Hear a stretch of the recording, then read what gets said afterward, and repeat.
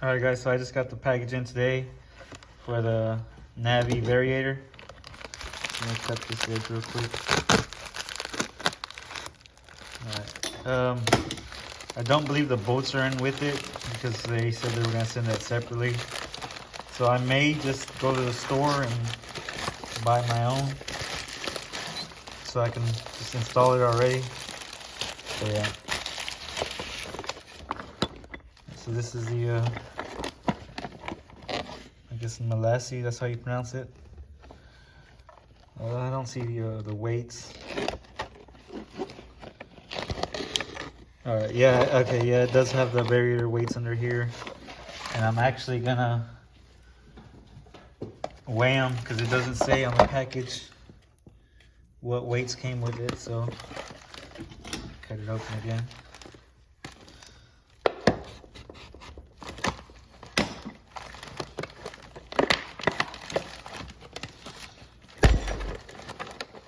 So here's the new back plate. And I'm not sure if it's written on there, if I can just weigh them, but it looks like they're 12 gram. Yep, they're all 12 grams, so I believe the stock was 17. Sure if that's showing up on there, but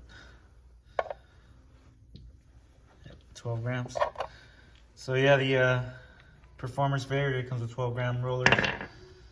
It also comes with the new spring, but I'm not going to use that, so I might end up just trying to resell that or something if anybody's interested. Alright guys, so this is going to be pretty quick and easy tutorial real quick. All you need is a 10, an 8, and a 7/8 socket, and also a screwdriver. Screwdriver is just for this clamp here with this rubber hose. I already have it off.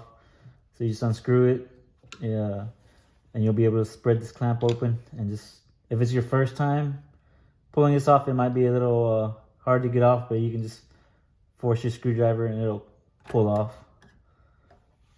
Then for the 10s, you really don't have to, but it's the easiest way. On your air box, you'll have 2 bolts, one right here and one down here that are size 10. And the easiest way I find is just to take those bolts out, and the box will be able to move, so when you pull off the CVT cover, it won't be in your way.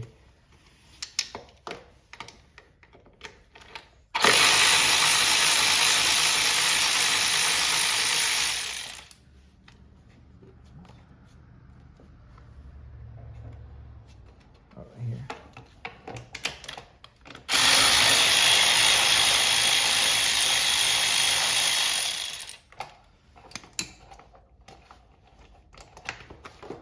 So yeah, you can back them up and you see this gets loose, or you can take the bolts all the way out. And then for your CVT cover itself, there's 8 bolts on it, but down here there's a bracket blocking one, so this will technically be your 9th bolt. And you'll take this bracket off. It's just, and you'll be able to tell it's a shorter screw or a bolt. Once you take it off, this plate comes off and it lets you get access to the other bolt that you really need to get off. And you can see how short this bolt is.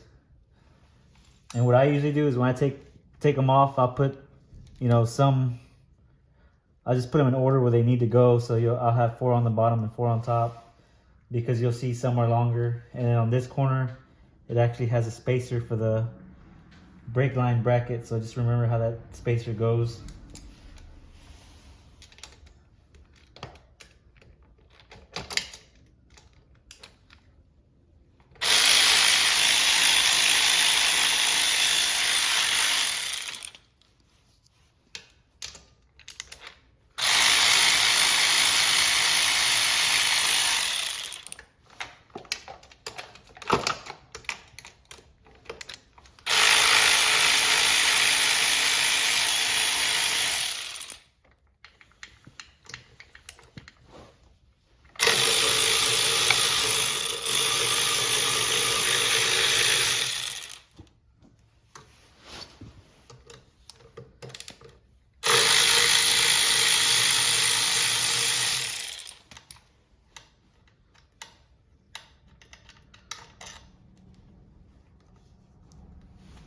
show you on a little bit, but again, it has a, where is it? Stay the way.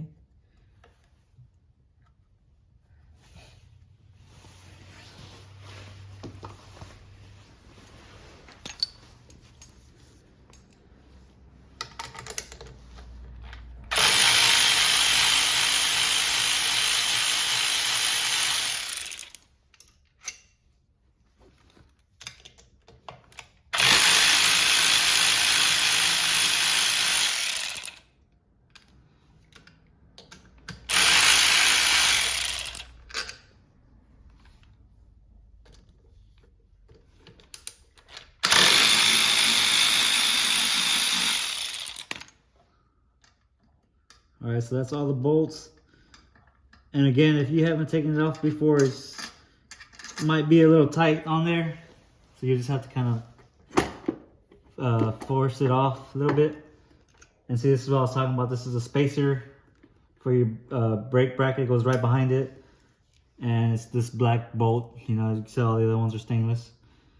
But in case it falls out, it goes right here on your bracket.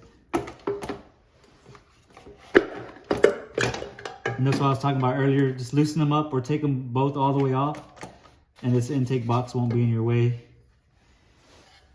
And then sometimes this on the CVT case, it's like the starter, I guess it's like a bracket. Sometimes it falls off, but it goes right here on the case.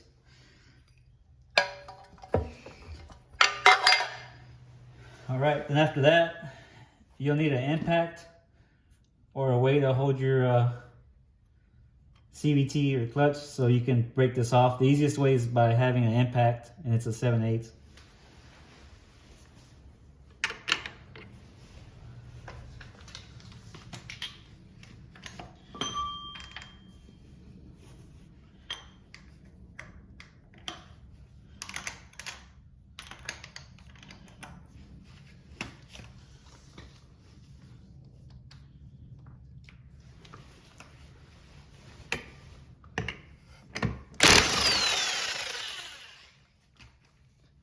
So that impact is like gets a little too much torque, so when I put it back on, I'll use a smaller impact to do it.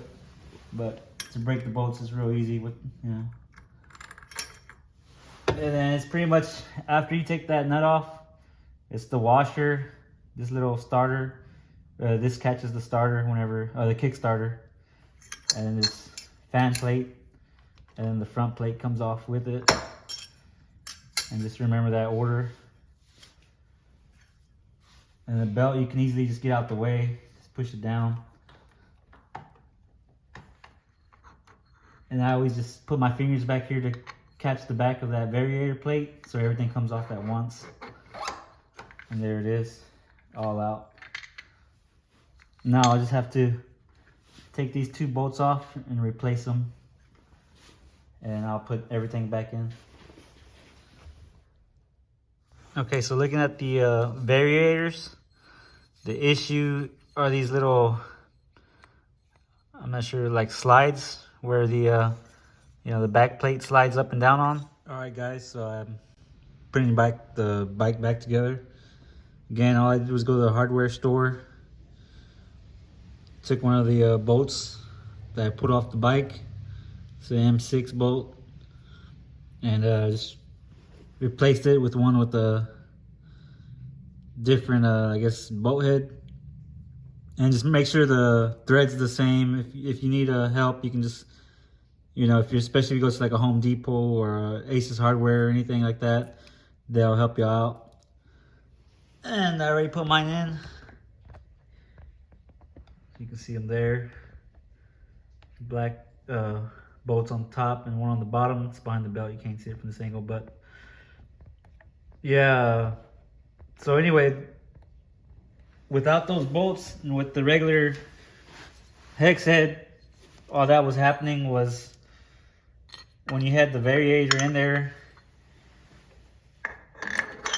it wasn't spinning all the way because of the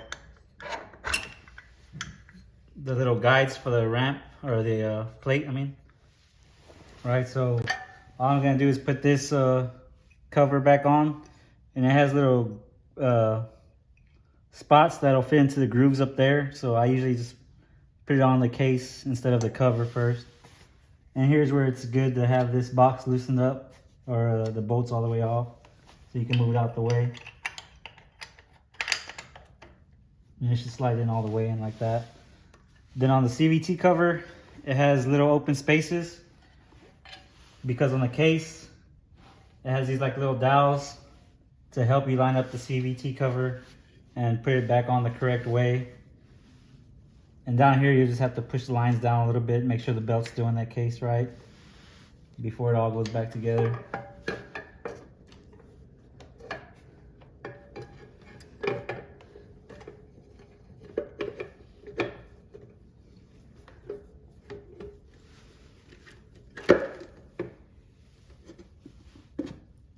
And that's pretty much it. Like I said, it's good to have your bolts lined up. I'm not sure if you can see it, but so this is the top 4, and those are the bottom 4. And as you can tell, the bottom corner is this black one with the spacer, and you see they're different sizes, so that's the only reason why I try to keep them in order, especially if it's like your first time doing it. But yeah.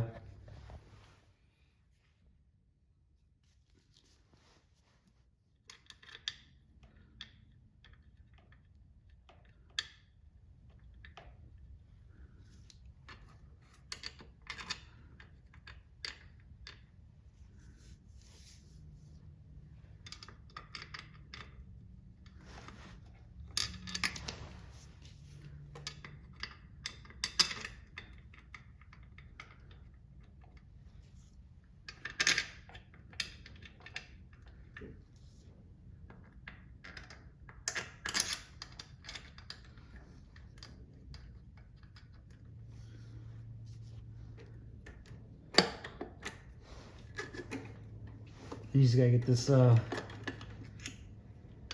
brake line bracket back on in place.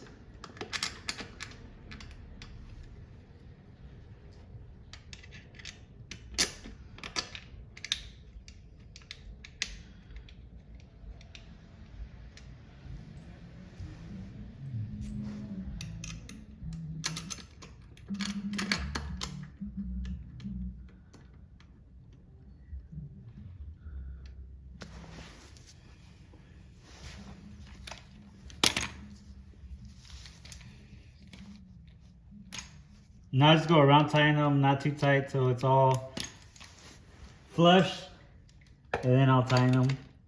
All right, so once you got them all snugged up, you can go around and tie them all back again. Don't forget the 2 10s on that air box.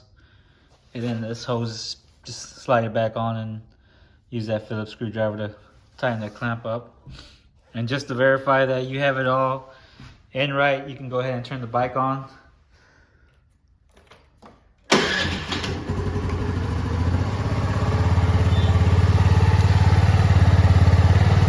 That's all it is. Unfortunately, it's been raining still, so I'm not going to be able to do a top speed run today. But I'll try to get one tomorrow. Hopefully it doesn't rain too much and the weather dries up a little bit. But yeah, so pretty straightforward, pretty easy. Sorry for the long video. And thanks for watching.